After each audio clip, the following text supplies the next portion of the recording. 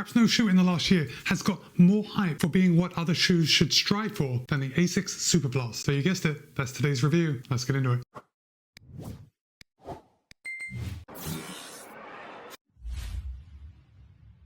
Hey guys, right off the bat, this video is in partnership with my friends over at Roadrunner Sports. Roadrunner Sports was good enough to send me the Superblast for the purpose of review. However, they haven't told me what to say. They don't have any editorial privileges, and all the thoughts and opinions are my own. With that said, you can pick up a pair of the Asics Superblast for $200. And remember, when it was released, this was $220. So $200, that's a pretty good deal. Or at least $200 for a pair of running shoes is expensive. I totally get it. But I think relatively speaking, you're getting a lot with the Superblast. Now, the Asics Superblast is a super trainer. And I think there are several things that make a super trainer, like super stack height, maybe a plate, maybe a super foam. Well, the Asics Superblast has two of the three. We have the super foam, we have the super stack height, we don't have a plate. And I'll just come right out and tell you the plate's not needed. But let's go back to that stack. The Superblast has 45.5 millimeters in heel, 37.5 in the forefoot for an 8mm drop. Now, Asics claims that a US men's size 9 would tip the scale at 8.8 ounces or 250 grams. However, in my size, a US men's size 13, it tips the scale at 10.4 ounces or 294 grams. So guys, sub 300 grams for my size, it feels really light on my foot. So let's start off with the build quality, then we're going to get into what it feels like on the run, and then I'll give you my thoughts on where I think this fits in your lineup. So we'll start off with this heel collar,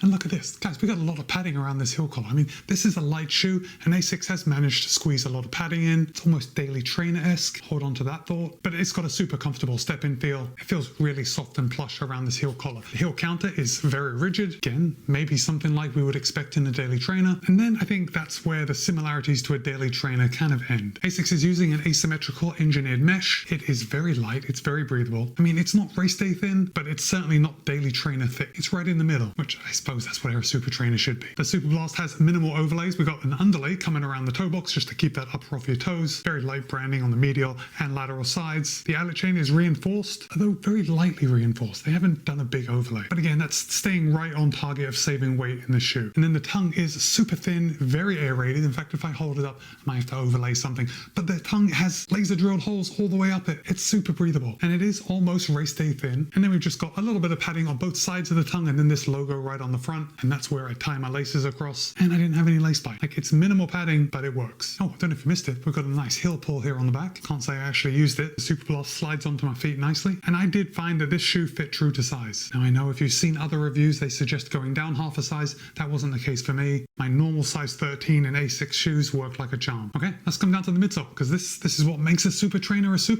by some definitions. So Asics is using a dual density setup for the Superblast. This top layer is Fujifilm Blast Turbo, which is the same formulation that was in the Metaspeed Sky Plus, not the Metaspeed Sky Paris. They changed the formulation to make it a little softer. But you can see the majority of this midsole is that Fujifilm Blast Plus Turbo, and then this white bit on my colorway that's closest to the ground, that's Fujifilm Blast Plus, which is going to be a little softer, a little more resilient, and it's going to keep the life expectancy of the Superblast in that acceptable range. Let's just quickly look at the outsole. Got a good amount of coverage of outsole rubber. Asics is using the AHAR Plus. AHAR is Asics High Abrasion Rubber, but this is AHAR Plus, so a little grippier. Asics also says that they're using a trampoline-inspired outsole. I don't know, I don't see it. Maybe that's marketing hype, maybe it's not, but we'll talk about the ride. Hold on. Let's just talk about my expectations, because that is somewhere that I really needed to check myself. Because this shoe has been out for a while, and I'm hearing everybody saying how much they love it, that it's the benchmark against which all other shoes should be measured, I expected certain characteristics. I expected more on the super end of the super trainer category than the trainer end of the category. And when I first put it on my foot, well, you know, the step-in feel I already said was top notch, but when I first put it on my foot and then went out for a run, I was kind of surprised, maybe a little disappointed how firm this shoe rode. Like, I was expecting something soft, I was expecting it to feel trampoline-esque, thanks to Asics marketing copy, and it just wasn't there. The shoe rode very firm. But, and I've got to say this big but, not too firm. And you've heard me say this about other shoes in the past. They seem firmer in the beginning than they do even towards the end of one run. And I think the Asics Superblast did take a little bit of time to break in, which is unusual. That isn't usually the case nowadays. But I think it is the case for the Superblast. So if you do pick up a pair, I don't want you worried in the first run or two that it's just a little firmer than you expected. Now, I do have to be honest, and it did cross my mind that maybe I was just getting used to it and it wasn't actually loosening up, or becoming softer, I should say, because it's still a firmer ride. I mean, a definite firmer ride than something like the Gel Nim canvas, which is super plush. But I did really start to enjoy it after a couple of runs. The next thing, and going back to that trampoline effect, I didn't really feel it. In fact, the ride of the Superblast I didn't think was incredibly inspired. But I think that's more of a me problem than a shoe problem, because I expected something fantastic. I expected a super shoe out of a super trainer. So I feel like I've been bagging on the shoe long enough. Let's talk about the good things. Because even though I said that the ride didn't seem inspired, it seemed a little firm, I actually grew to really like it. And I took this shoe out on easy runs, but I also took it out on a couple of workouts, both intervals and tempo. And I was shocked at how well it performed. Like, I was able to pick up the pace, I was able to turn my feet over, the shoe is fairly light, and the geometry is such that it just flows nicely. What I really liked was the upper and how light it was, while still maintaining the soft, plush cushioning of kind of a daily trainer heel collar. Now, as you know, I live in Florida. At this time of year, it's just brutally hot all the time, so I definitely like the breathability and I like the tongue being totally aerated. That didn't stop me from soaking this shoe through and having to stuff it with newspaper at the end of my run, but it still felt comfortable on the run. And what's more, it felt comfortable at speed and when I was running really easy. And in the beginning, when I first put it on, and I was a little disappointed with how firm it was, I didn't think it would be a good recovery day shoe. But guys, I gotta tell you, I think this shoe is pretty good at all your paces. And there are a lot of race day shoes out there, but you know what? A shoe made for race day is very expensive, especially if you're not going to be using it in training. And here's the best thing that I can say about the Asics Superblast, is that I think that $200 price tag is well deserved. And look guys, the Superblast 2 is coming out, it's just around the corner. And when it does, this Superblast is probably going to be reduced in price, and that will make it an even better value. So I'm kind of getting away with what I actually wanted to say, but I think the Superblast does set a standard for daily trainers everywhere. Maybe not super trainers, but I think this is where the average daily trainer needs to go.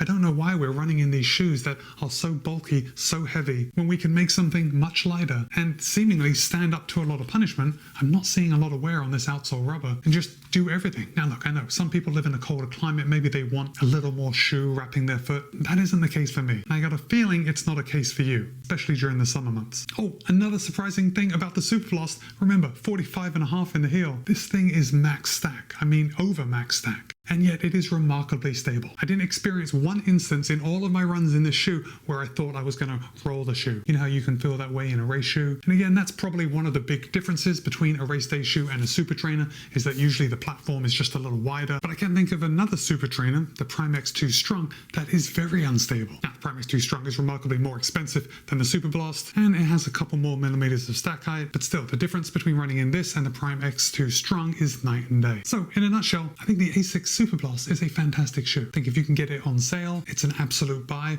At $200, I still think it's a buy. I want you to curb your expectations. I don't want you going into this shoe being like me, thinking it's going to be some magic flying carpet that's just going to feel good and feel propulsive like a race day shoe. It's not that shoe. But if you could have one shoe to do everything, and I mean from recovery runs to race day, I think the Asics Superblast is a legitimate option. So now it's your turn. I want to hear from you. The Superblast has been out for a while. Have you run in it? What are your thoughts? Are you thinking of picking one up, or are you going to wait for the Superblast 2? Drop a comment and let me know. All right, it's Matt B. This has been my review of the Asics Superblast. Be kind, be happy, run well. I'll see you in a couple of days.